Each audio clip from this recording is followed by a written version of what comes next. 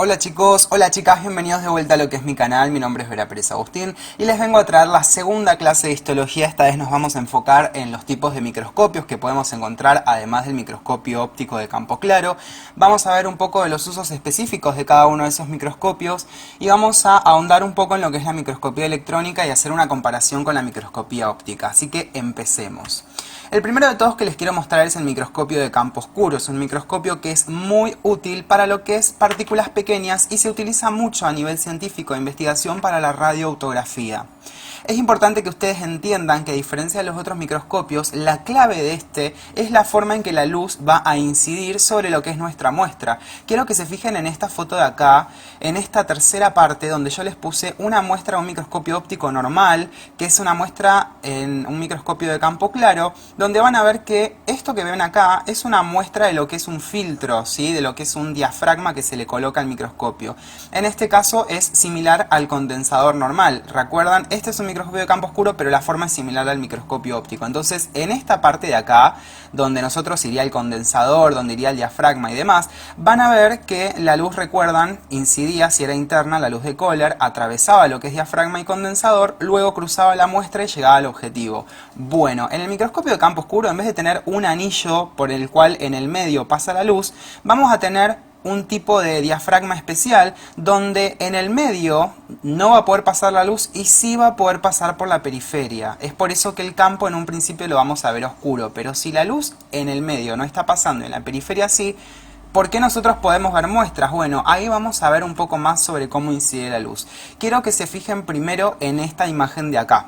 Esto es lo que yo les contaba del filtro. Ven que en la luz, que acá está viniendo toda, es filtrada en el centro y solo pasa la luz de la periferia. Y gracias a la forma del condensador, los rayos ya no van a venir directos hacia la muestra, sino que van a incidir de forma oblicua, ¿sí? ¿Ven la línea más en diagonal que atraviesa la muestra y no recta? Bueno, eso se debe básicamente a que es muy útil para realizar este tipo de efecto. Esto de acá es una típica foto de un láser incidiendo en una parte de un lugar oscuro y donde nosotros podemos ver polvo, ¿sí? Literalmente estamos viendo polvo.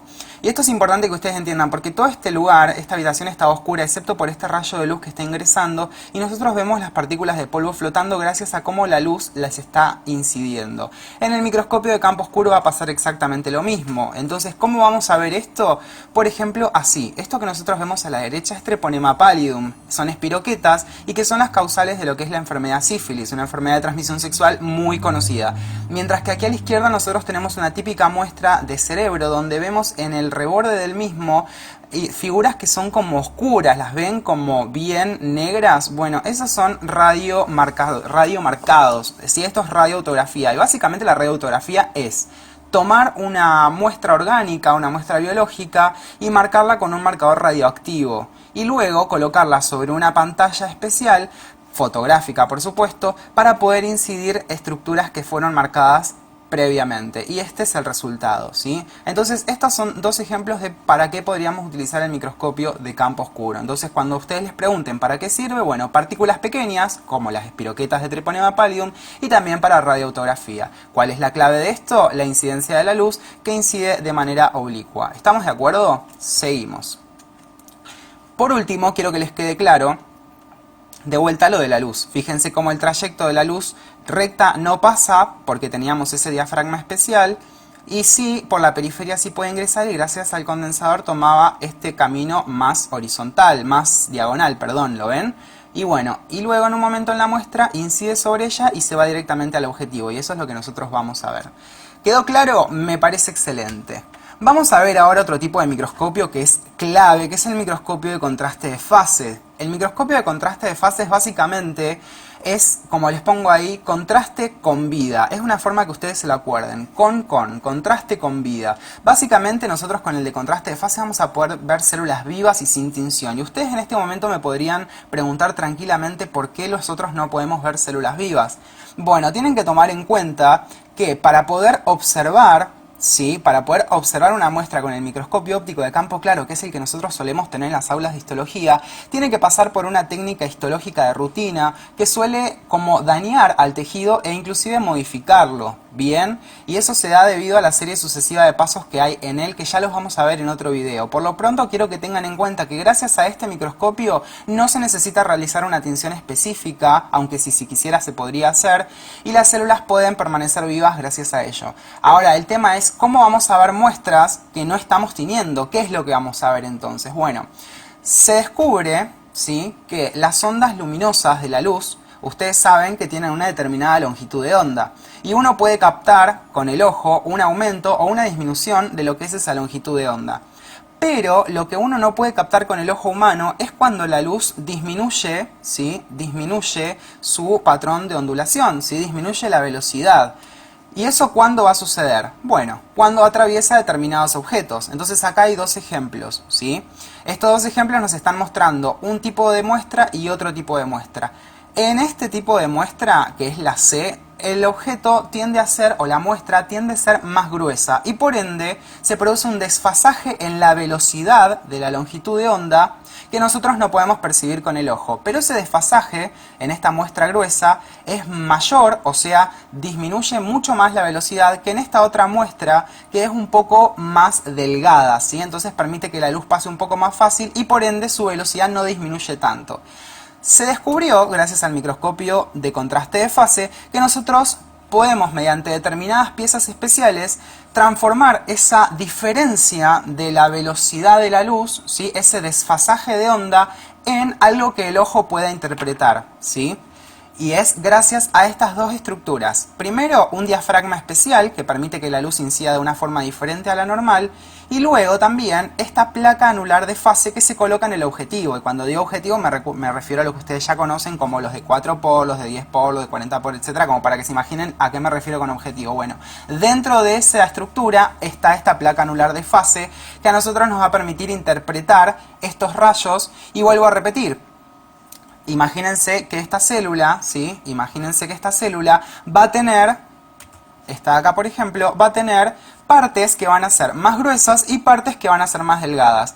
Y eso se va a como convertir en lo que es una parte que va más rápido y una parte que va más delgada. Y cuando el lente la capte, eso se va como a convertir en colores más oscuros, ¿sí?, o colores más claros, siempre en la escala de los grises. Entonces, por eso estamos hablando de un contraste de fases. ¿Estamos de acuerdo? Perfecto, entonces les vuelvo a recordar, se va a utilizar para células que están vivas y que no necesitamos hacer una tinción específica. Continuamos ahora con lo que es el microscopio de fluorescencia, otro microscopio muy utilizado, ¿sí?, en lo que es la investigación por sobre todo, en una técnica especial o en una rama de la investigación científica que es la inmunocitoquímica, ¿sí? Inmuno porque utiliza marcadores inmunológicos que por supuesto son sobre células o estructuras celulares, por eso cito, y química porque obviamente son reacciones químicas, ¿sí? Y hay que tomar en cuenta que no solamente los podemos utilizar para la inmunocitoquímica, sino que también vamos a tener procesos de autofluorescencia. La autofluorescencia no es una característica que tengan todos los objetos de la materia inerte, la materia viva, etcétera, sino que se basa básicamente en pocos objetos, como por ejemplo estructuras como la vitamina A. La vitamina A tiene capacidad de ser autofluorescente, provocar fluorescencia por sí misma. Pero hay objetos que no, estructuras que no y tejidos que no. Para lo cual empezamos a utilizar la inmunocitoquímica.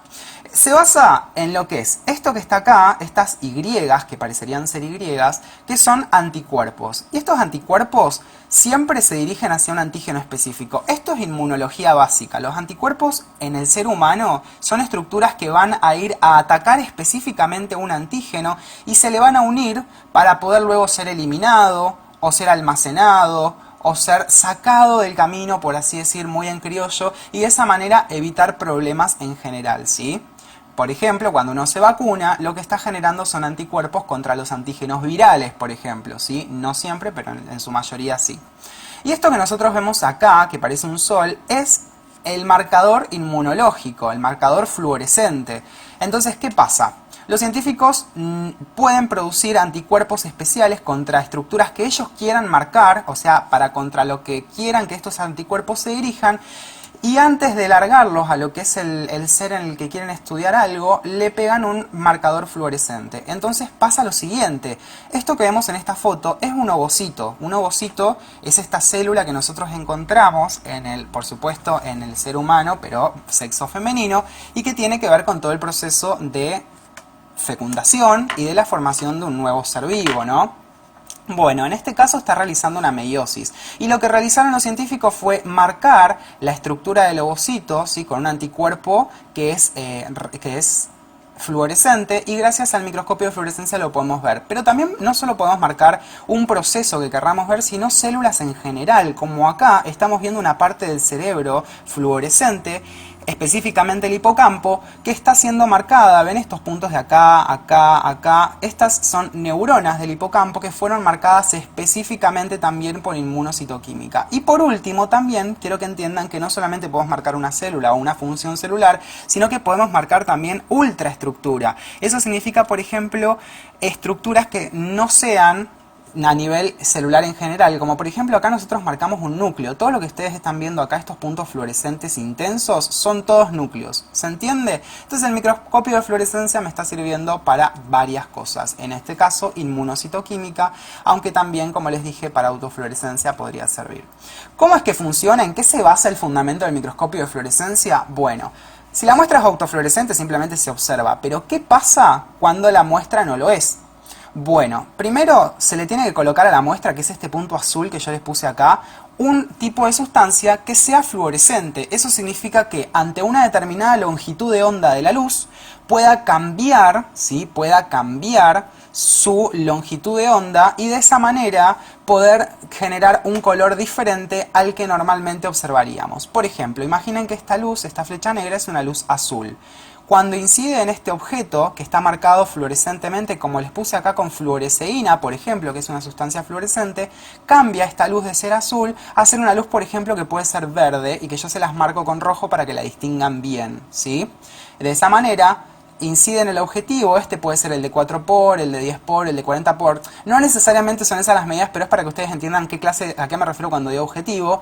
Y eso puede ser interpretado mediante un filtro que se pone en el objetivo para que solo pase ese color. Entonces solamente vamos a ver la sustancia que fluoresce. ¿Se entiende? Lo que ustedes necesitan, vuelvo a repetir para que quede claro, es una sustancia, ¿sí?, es una sustancia que sea fluorescente y que esté adherida a la muestra, para que cuando una determinada longitud de onda infiera sobre él, haga una excitación de sus electrones, y eso permita un cambio en la longitud de onda que pueda ser interpretado mediante el objetivo. Suena un poco engorroso, pero vuelvan a escucharlo y lo van a entender.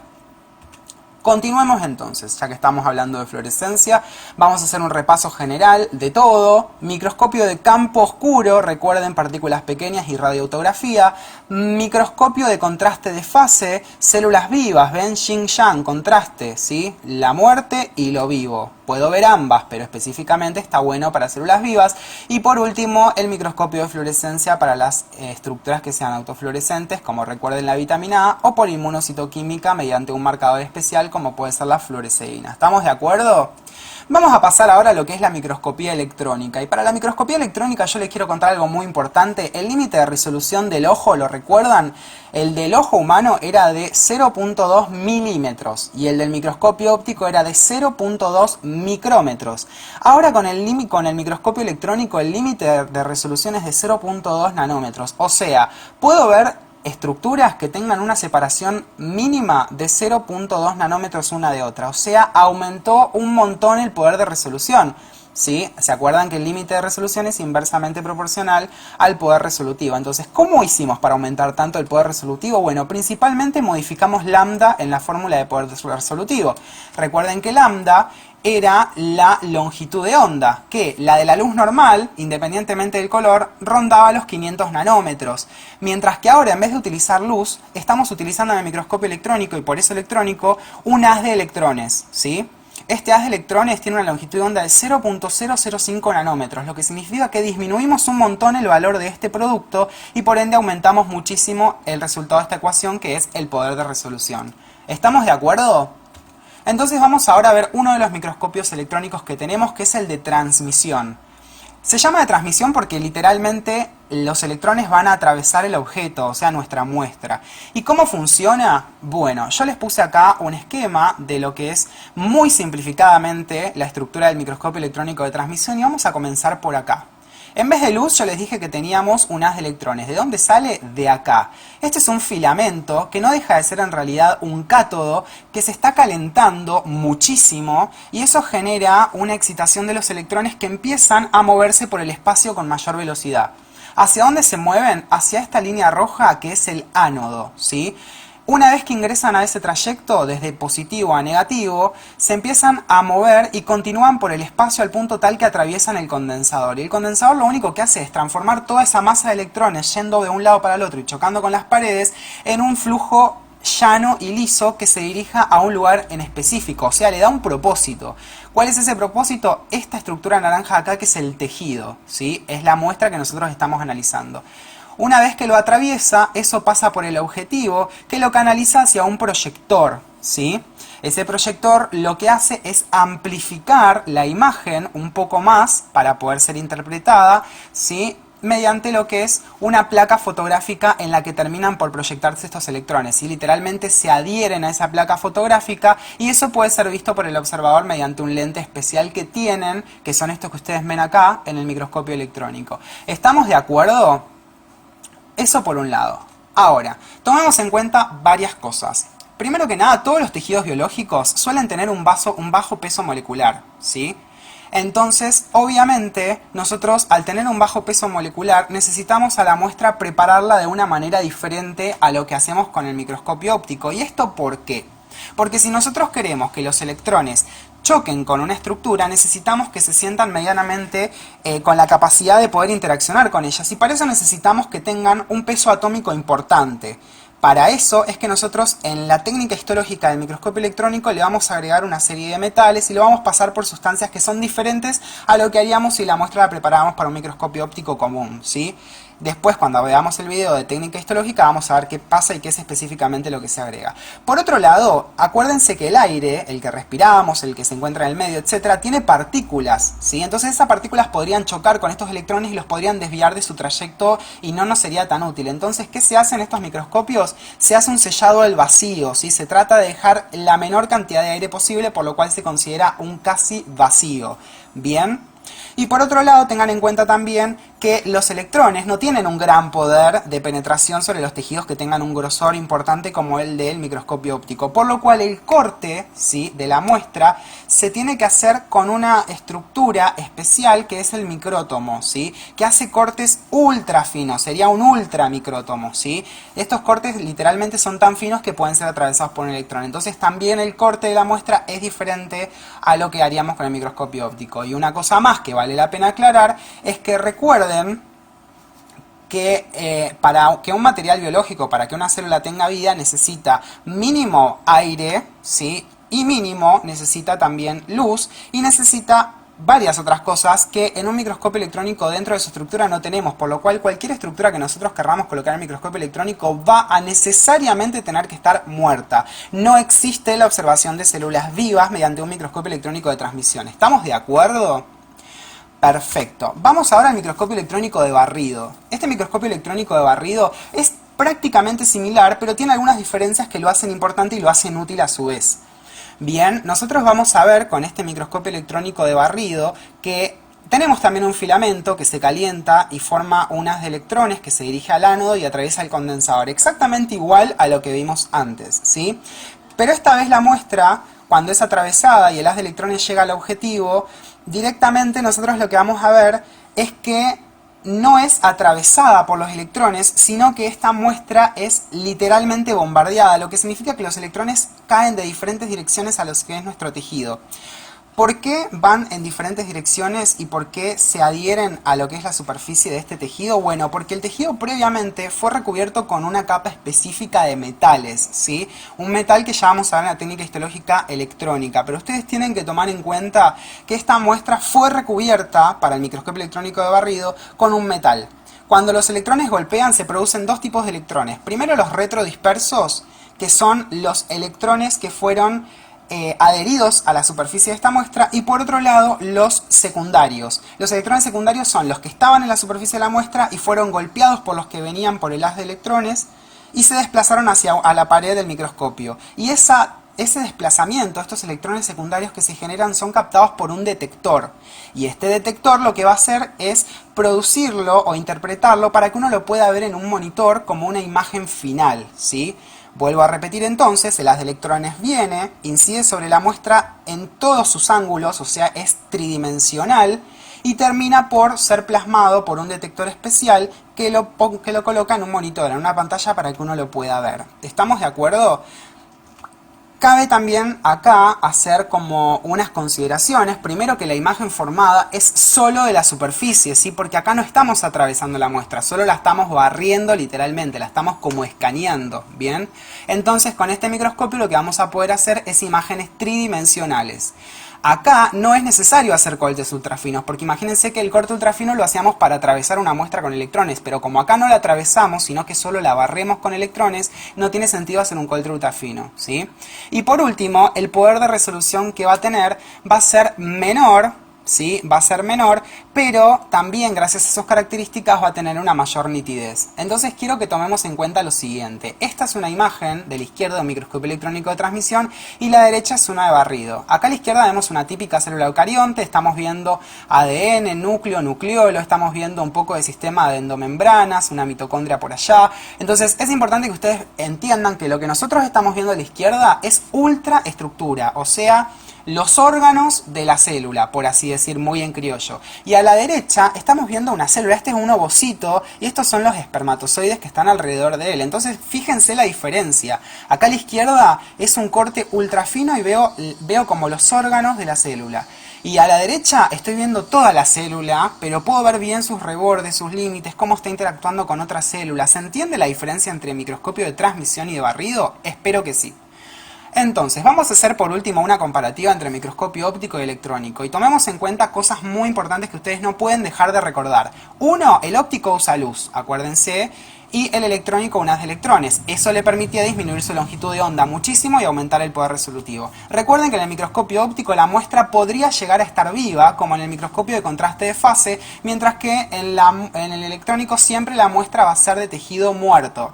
Recuerden que el límite, que el poder resolutivo del microscopio óptico es de 0.2 micrómetros y que el electrónico es 0,2 nanómetros, vuelvo a repetir, debido a la longitud de onda. Que la estructura que nosotros vamos a observar con el óptico es la estructura celular y con el electrónico es la ultraestructura. Estamos hablando a nivel literalmente muy nanómetro. Y que por supuesto las técnicas histológicas van a ser diferentes, ya lo vamos a ver en otro video. Y otra cosa que tienen que tomar en cuenta es que la imagen final, recuerden, el microscopio óptico era invertida, aumentada y virtual, pero se captaba con un ocular, mientras que en el electrónico la imagen final en pantalla es con película fotográfica, literalmente en un monitor para que pueda ser interpretado. Así que bueno, les dejo unas preguntas acá de repaso, si tienen alguna duda me la pueden preguntar por supuesto, y les dejo una foto de uno de tantos voluntariados que he hecho para decirles que únanse a voluntariados y háganlos porque siempre está bueno hacerlo y ayudar donde ustedes puedan. Les dejo todas mis redes sociales para seguirme y cualquier duda o consulta que tengan me la dejan en el video, así también como correcciones o críticas. Les mando un abrazo grande y que tengan una buena semana. Chau chau.